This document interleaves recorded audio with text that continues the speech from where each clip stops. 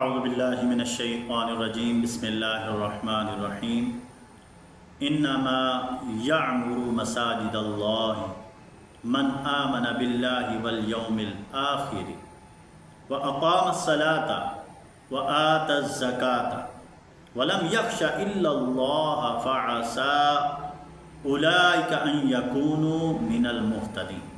صدق اللہ مولانا العظیم وصدق رسولہ النبی الکریم الامین۔ مولا صلی وسلم دائما ابدا علی حبیبک خیر الخلق کلہم۔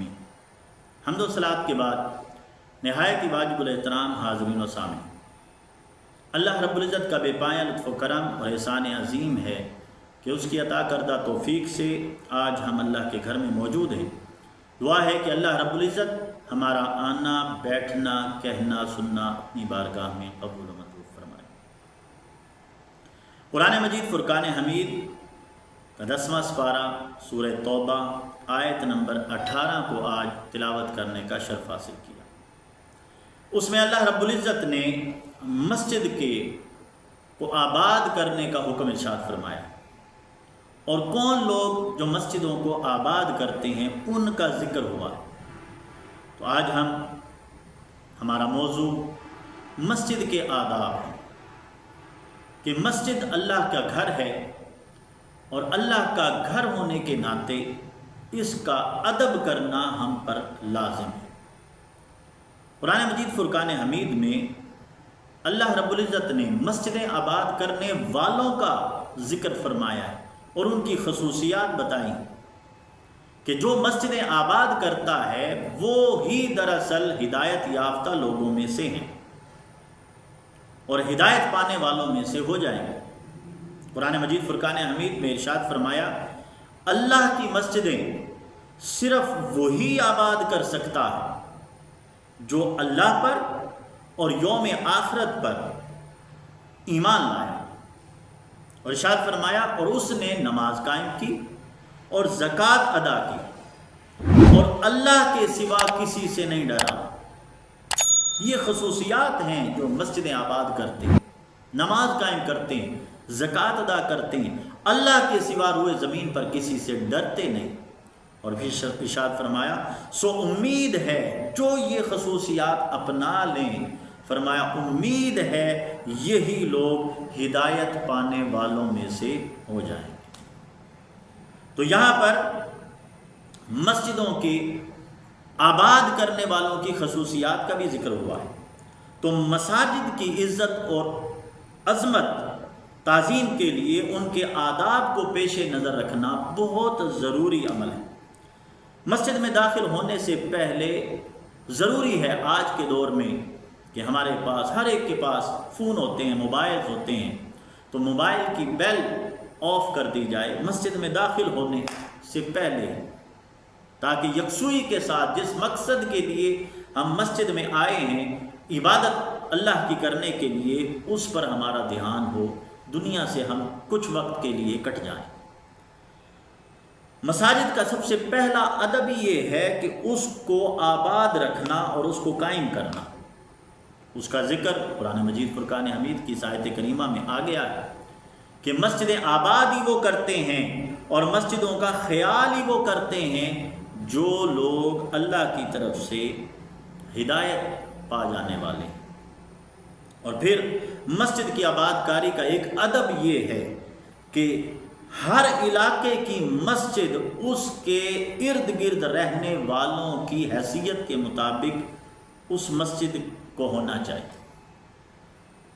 مثال کے طور پر اگر کسی مسجد کے ارد گرد کے علاقے والے پکے گھروں میں، اچھے اور خوبصورت گھروں میں، اے سی والے گھروں میں رہتے ہیں، تو مسجد میں بھی وہ سہولتیں ہونی چاہیے جو لوگوں کے گھروں میں۔ یہ ضروری ہے تاکہ جب وہ لوگ مسجد میں آئیں تو کوئی آر محسوس نہ کریں، بلکہ اس میں سہولت ہو۔ مسجد کا اگلا ادب یہ ہے کہ مسجد میں اللہ کے سوا کسی کی عبادت نہ ہو، یعنی وہاں پر عبادت کرنی ہے تو صرف اللہ کی کرنی۔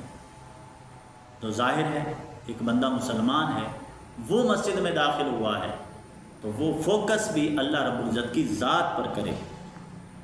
اور ارشاد فرمایا کہ یہ قرآن مجید فرقان حمید کی سورہ جن میں اللہ رب العزت نے ارشاد فرمایا ہے کہ یہ سجدہ گاہیں اللہ کے لیے مخصوص ہیں، سو اللہ کے ساتھ کسی کی پرستش مت کیا کرو۔ مسجد جانے والے کا جسم، یہ بھی مسجد کا ادب ہے کہ مسجد جانے والے کا جسم اور لباس پاک صاف ہونا چاہیے۔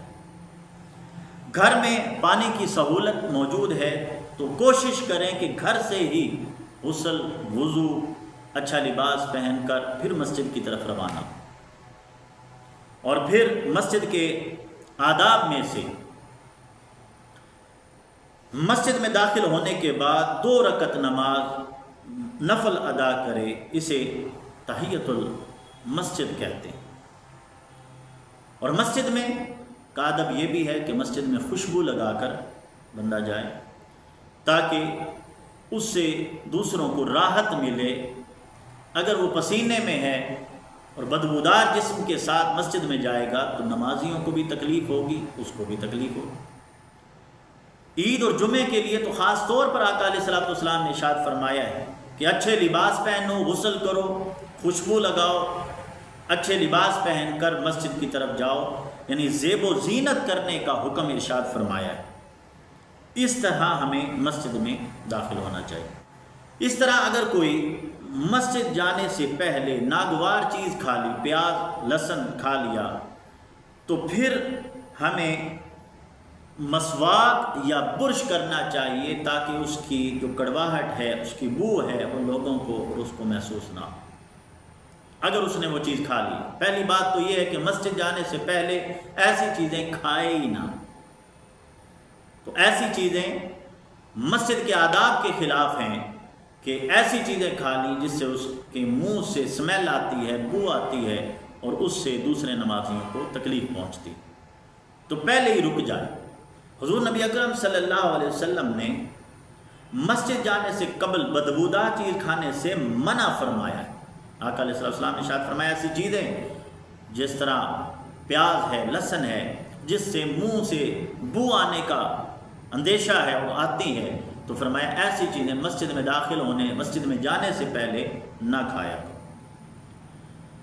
مسجد کی صفائی کا خاص خیال رکھنا چاہیے، یہ بھی مسجد کے آداب میں سے۔ مسجدیں اس کے اہل علاقہ، اہل محلہ کے گھروں سے زیادہ خوبصورت اور پاک صاف لگنی چاہیے، صاف ستھری ہونی چاہیے۔ مسجد کی صفائی کا خاص خیال رکھنا چاہیے، ہفتہ وار، مہینہ وار ایک اچھی صفائی کا اہتمام ہونا چاہیے تاکہ نمازی آئیں تو ان کو اچھا محسوس ہو۔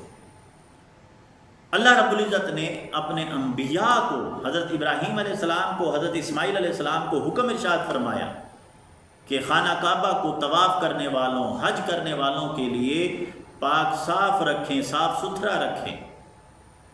تو مسجدوں کی صفائی کرنا انبیاء کی سنت ہے، صرف ایک فرد کی ذمہ داری نہیں کہ ایک فرد اگر صفائی کرتا ہے باقی جی چرا جاتے ہیں۔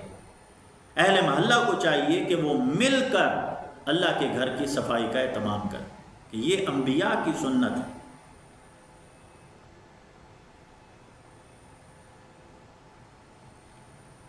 اگر گنجائش ہو تو مسجد کے صحن میں، مسجد کے ارد گرد پھول بوٹے اور کیاری بنانی چاہیے تاکہ لوگوں کی آنکھوں کو ٹھنڈک محسوس ہو اور راحت ملے، ایک اچھا امیج جائے۔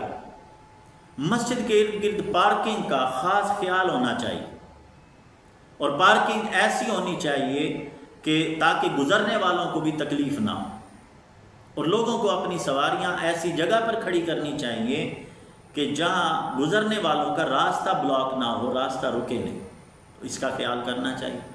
مسجد کے آداب میں سے ایک ادب یہ بھی ہے کہ بعض احباب اکثر دیکھا گیا ہے کہ مسجد کے ارد گرد دکانیں بنا دیتے ہیں۔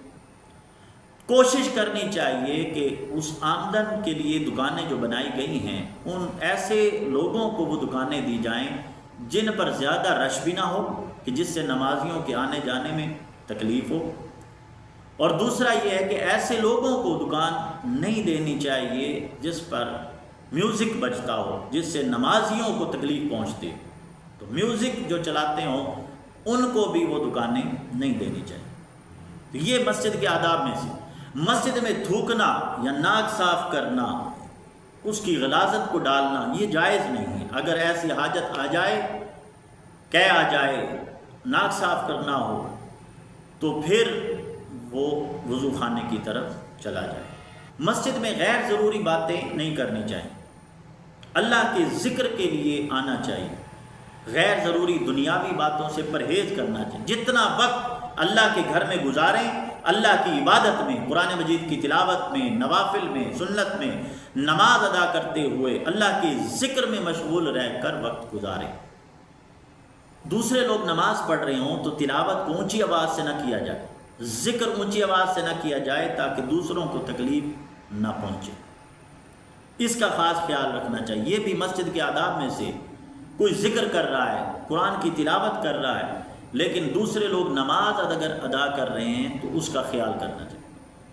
اگر دو لوگوں نے آپس میں باتیں کرنی ہوں تو اونچی آواز سے نہ کرے بلکہ آہستہ آواز سے کرے تاکہ دوسروں کو جو نماز ادا کر رہے ہیں ان کو اس سے تکلیف نہ ہو، خلل نہ پڑے نماز کے اندر، اس کا خیال رکھنا چاہیے۔ غیر ضروری باتوں سے پرہیز کرنا چاہیے۔ مسجد کے اندر لا کر نہ کوئی چیز خریدنی چاہیے، نہ کوئی چیز بیچنی چاہیے۔ یہ بھی مسجد کے آداب کے خلاف کہ مسجد میں کوئی چیز لائی جائے، اس کو بیچا جائے یا اس کو خریدا جائے۔ اور مسجد کے جو وسائل ہیں، مسجد کی جو سہولتیں ہیں، پانی ہے، بجلی ہے، پنکھے ہیں، دیگر ذرائع ہیں، ان کا غیر ضروری استعمال نہیں ہونا چاہیے۔ ضرورت کے تحت استعمال کریں، پانی ہے ضرورت کے تحت چلائیں، بجلی ہے، پنکھے ہیں ضرورت کے تحت چلائیں، غیر ضروری فضول خرچی نہیں کرنی چاہیے۔ یہ مسجد کے کچھ آداب ہیں۔ اللہ رب العزت کی بارگاہ میں دعا ہے اللہ رب العزت ہمیں عمل کرنے کی توفیق عطا فرمائے۔ والسلام۔